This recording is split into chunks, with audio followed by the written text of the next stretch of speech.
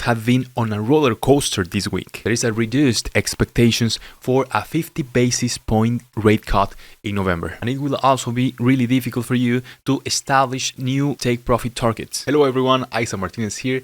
I'm a trader and analyst for XChief's official channel. Today we're diving into the latest movements that sent Bitcoin soaring past $62,000, and we'll also look at how oil prices are surging amid rising geopolitical tensions. Stay tuned for key insights that could impact your trading decisions.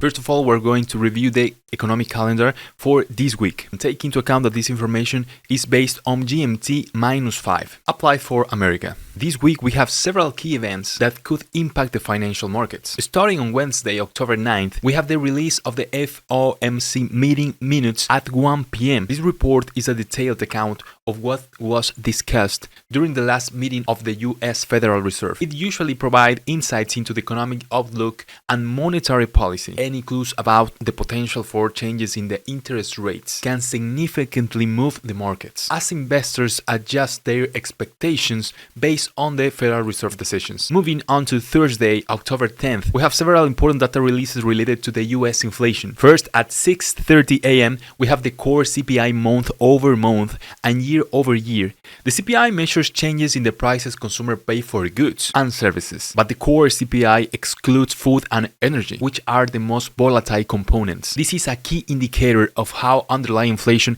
is affecting the economy. If the data comes in higher than expected, we could see pressure on the Federal Reserve to maintain a tight monetary policy stance. On the same day, we'll also have the release of unemployment claims, which measures how many people feel for unemployment benefits for the first time. A rising number of claims could indicate a weakening labor market, which would have significant implications for future economic decisions. Finally, on Friday, October 11th, we have the core PPI month over month. This measures the change in prices that producers receive for their goods and services, excluding food and energy. It's important because it gives us a look at inflation from the producer's perspective. If producer prices rise, companies may eventually pass those costs onto consumers, leading to higher consumer inflation in the future. A lot has happened being on a roller coaster this week, heavily influenced by both escalating tensions in the Middle East and strong US job creation data. As the week comes to a close,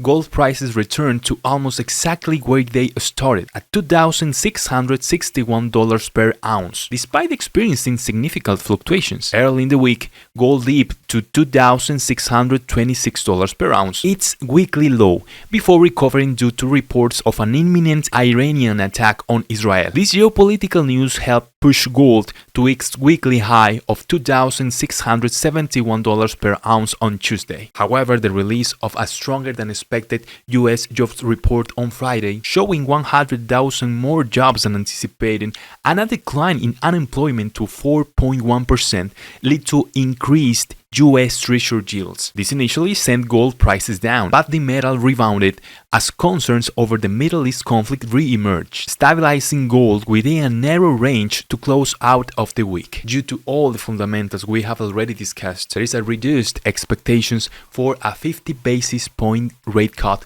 in November. But Wall Street is still anticipating cuts by the end of 2024. Crude oil surged almost 9% due to tensions in the Middle East. Bitcoin, after dropping earlier in the week, rallied to over $62,000, with analysts forecasting further price increases. Despite recent market turbulence, Bitcoin dominance reached a 3-year high at 58%. Bitcoin ETFs saw net outflows as Bitcoin bullish sentiment is rising, with analysts predicting an imminent move higher. Altcoins followed the bullish trend, with most in the green by the end of the week. Now that we've covered the major news, let's see how it's reflected in the charts. And as you know, we always start with the US dollar index, and we can see that there was a strong bullish movement throughout this week. We reached all the targets we had for this week, like the first one 101.315 and the last one, which was 101.665. After reaching these two targets,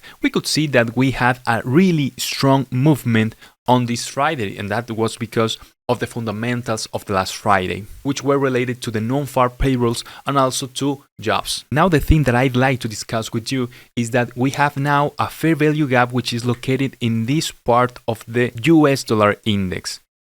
So we have a big fair value gap located here, and the most important point of this fair value gap is in the 102.176 points. So maybe before trying to keep this bullish movement, the price of the US dollar index could make a correction to this point.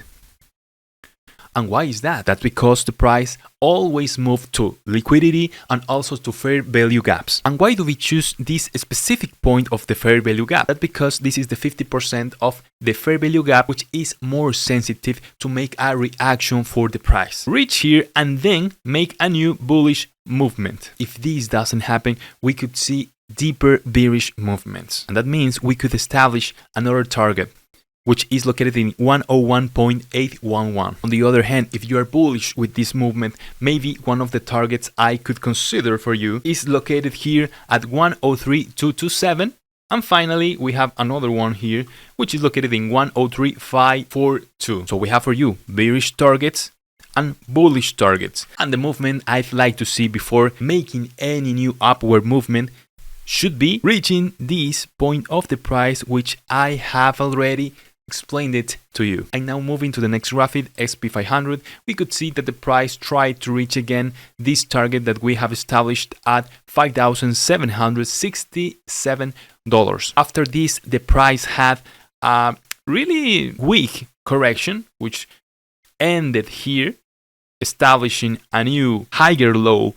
And after this new higher low, the price is trying to make a new upward movement. So the target for this week will be the same as last week, $5,767. For the bearish targets, on the other hand, I could keep these targets that I have established last week, which the first one is $5,517 and the last one could be $5,364. The last thing I would like to tell you is that please consider we are at the all-time high with the SP500. So trying to catch new upward movements will be really difficult for you in this week. And it will also be really difficult for you to establish new take profit targets. And that's because we don't have enough information above this last all-time high, which is located in the price we were talking about. So take that into consideration for your trading. Next one, euro dollar. As you can see, we have reached all of our bearish targets, all of them. And that was because it was really likely to have this upward movement with the US dollar index. And as you know, if the US dollar index have an upward movement, obviously the euro dollar will have a downward movement. It is simple as that. So I'm erasing all the targets that we have established last week.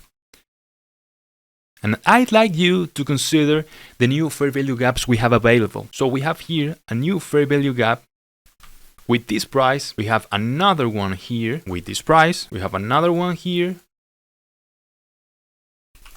And we have another one here.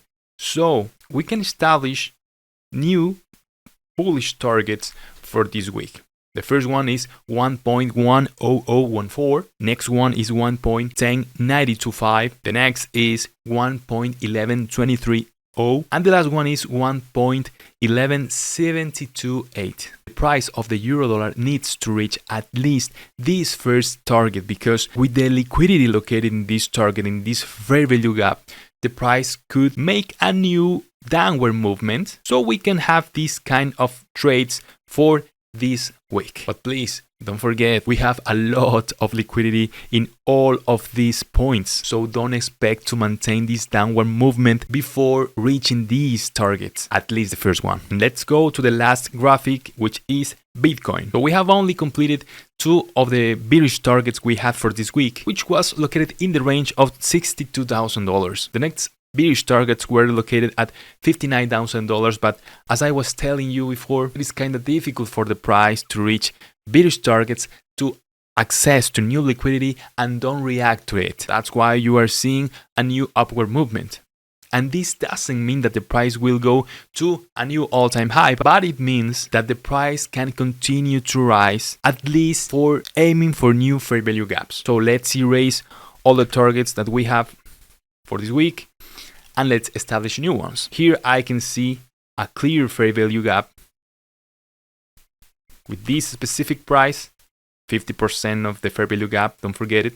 And here we have the last one. So the first one is $63,237 and the last one is $65,115. So it is possible for the price to try to reach these fair value gaps to have more liquidity, and then maybe if you can see a reaction from the price in these points, we could see a new downward movement. So please don't forget about these two bullish targets for this week. I will maintain my bearish targets, which were located at $59,174, and the last one which was located in $57,477. Thanks for watching. If you found this video helpful, don't forget to hit the like button and subscribe to the channel for more market analysis. And if you are ready to start trading metals, cryptos, stocks and indices, sign up with XChief today. Link in the description, and see you in the next video.